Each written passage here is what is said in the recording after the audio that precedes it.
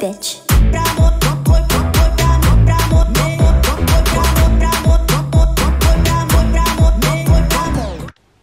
Salut les gars, j'espère que vous allez bien. Donc aujourd'hui on se retrouve pour une nouvelle vidéo, donc vidéo spéciale conseil pour changer d'alimentation, si vous voulez faire un régime, si vous voulez tout simplement manger pour vous sentir mieux. Voilà, donc c'est la vidéo que vous avez besoin de voir. Alors pourquoi vouloir mieux manger? Tout simplement pour se sentir mieux dans son corps, être en pleine forme, avoir une meilleure santé, être moins fatigué et améliorer nos ressources mentales et physiques. Car oui, l'alimentation il joue beaucoup sur notre corps et notre biochimie. Donc si vous êtes fatigué, énervé, malade, enfin il y a plein de petits facteurs qui font que ça peut tout simplement venir de ce que vous mangez. Bon bref, j'arrête de parler et je vous envoie tous mes conseils de suite.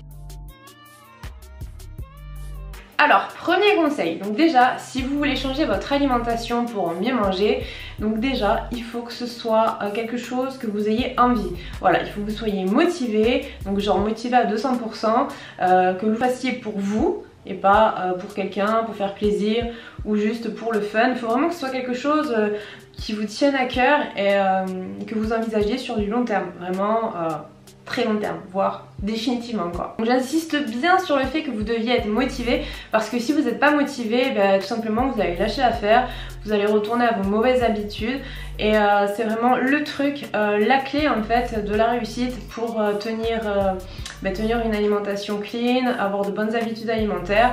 Voilà, en fait il n'y a pas vraiment de secret dans tout ce que vous entreprenez finalement dans la vie, que ce soit pour un régime, pour des projets, il faut être motivé et le vouloir. Voilà, donc maintenant on va passer au conseil numéro 2.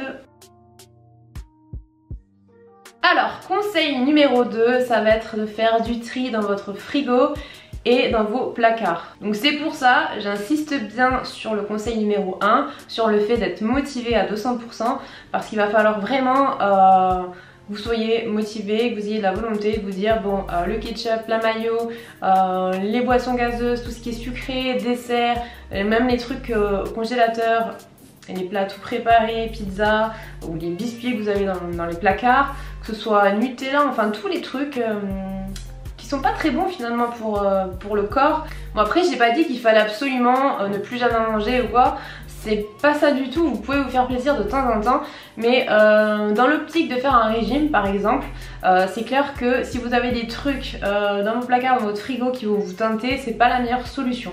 Donc voilà, c'est vraiment un conseil que je vous donne, ne pas avoir des trucs qui traînent pour pas craquer. Et enfin moi la première, je sais que par exemple là je suis en période de prépa compétition, pour ceux qui me suivent sur Instagram et qui savent en fait que je suis en diète et que ce que je mange c'est un peu répétitif et c'est vachement draconien et strict. Donc c'est vrai que c'est un truc que je fais dans mon frigo, tous les trucs qui vont me tenter, j'enlève. J'ai tout donné à mes parents, tout ce que j'ai dans les placards c'est pareil, j'ai enlevé pour pas être teintée. Voilà, le petit paquet de M&M's que j'aime bien me faire devant un petit film le soir, Netflix, mais ça voilà c'est pareil, il a disparu tout simplement parce que je veux atteindre mon objectif, je suis motivée et que pour y arriver je suis obligée de passer par là. Alors troisième conseil que je vais vous donner, ça va être de varier votre alimentation. Donc pas la peine de tomber dans une routine, on va manger la même chose, ça va vous saouler et c'est pas la meilleure solution. Le mieux c'est vraiment de varier, manger équilibré. Franchement il y a vraiment du choix, que ce soit en termes de poisson, viande, légumes, tout ce qui est fruits, céréales. Vraiment vous avez un choix varié pour vous faire des plats sympas qui restent clean. Le but en fait c'est de manger des trucs frais, que ce soit légumes, fruits, tout ça, et d'éviter à tout prix les plats tout préparés. Alors, quatrième conseil, donc j'en ai parlé juste avant dans le conseil numéro 3 à la fin, ça va être d'éviter à tout prix les plats préparés, que ce soit plats combi micro-ondes, plats surgelés, tout ça vraiment on évite. Alors si vous n'avez pas le temps parce que vous travaillez, franchement prenez le temps quand même de vous préparer quelque chose chez vous le soir avec des produits frais, ça prend vraiment pas tant de temps que ça. Si vous avez un cuiseur à vapeur, vous préparez tout, vous mettez tout dedans, vous appuyez sur le truc là, vous mettez à chauffer et en soi vous vous occupez de rien quoi. Vous avez juste à mettre votre alimentation dans un petit tupper et puis c'est bon, vous avez de quoi manger si vous devez aller bosser le lendemain.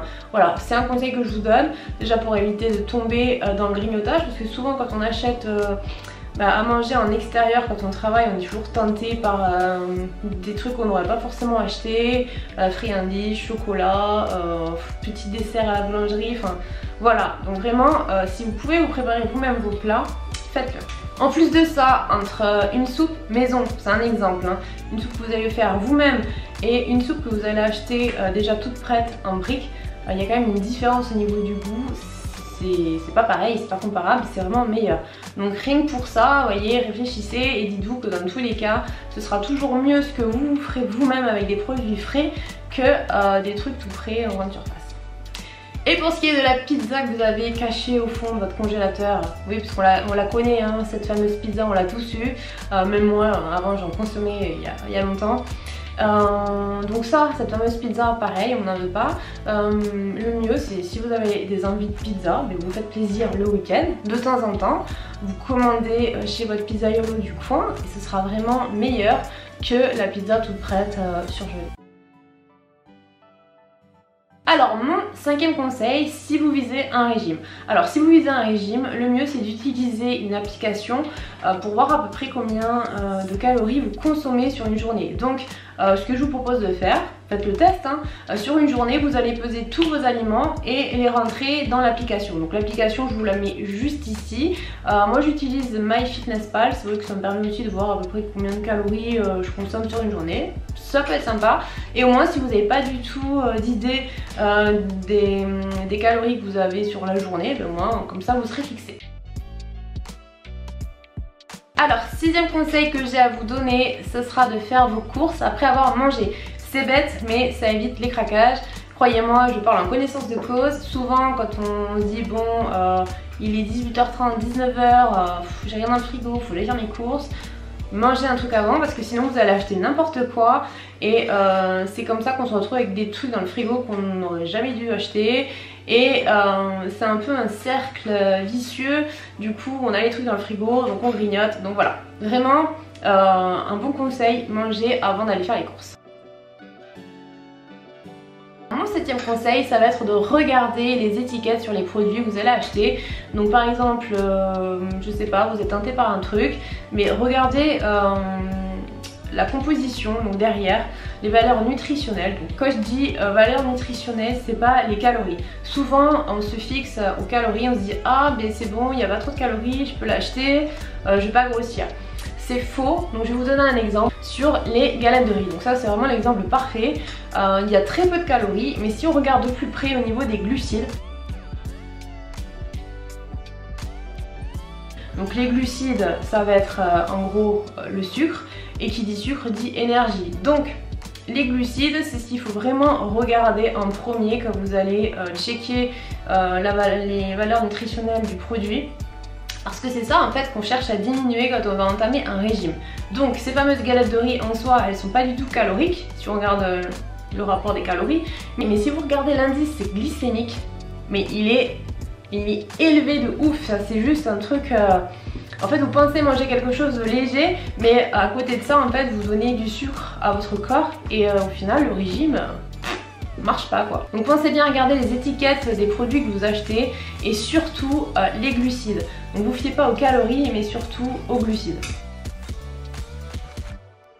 Alors mon huitième conseil, donc là je parle toujours pour quelqu'un qui veut entamer un régime, ce sera de ne pas se priver et de manger à tous les repas. Donc que ce soit le petit déj, le midi, prendre un goûter et manger le soir. Le plus important c'est vraiment d'avoir tous ces repas que d'en faire qu'un seul. Là ça va pas aller du tout, vous allez être fatigué, vous allez craquer. Alors si on arrive à un moment où on stagne, qu'on perd pas de poids, que malgré une bonne alimentation saine, équilibrée, on n'arrive plus à perdre un seul gramme, et bien pas de panique, je pense que c'est juste un signe qu'il faut passer la seconde vitesse, donc c'est-à-dire peut-être faire une activité sportive si vous ne faites pas de sport.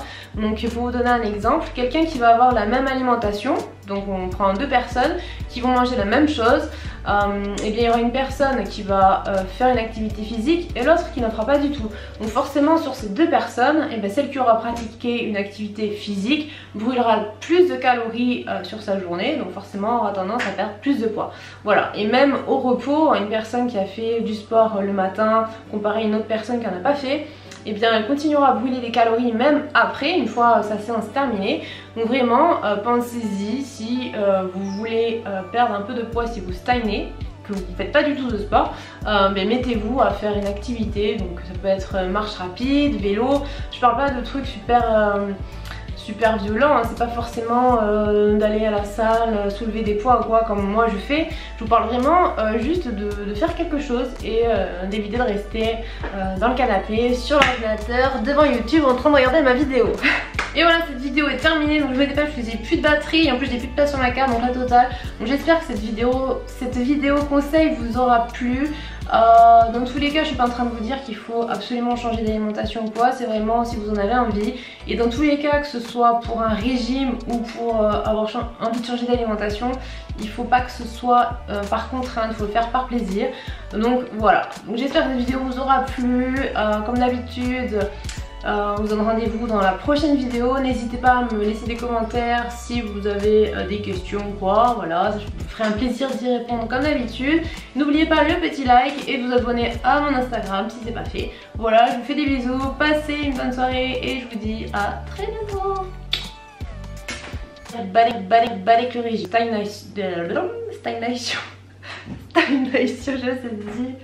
Donc pensez bien à regarder les étiquettes quand vous consommez, quand vous achetez des trucs. De MyFitnessPal. Du je perds ma voix là. Combien de calories vous utilisez? Ça y est, je suis perdue.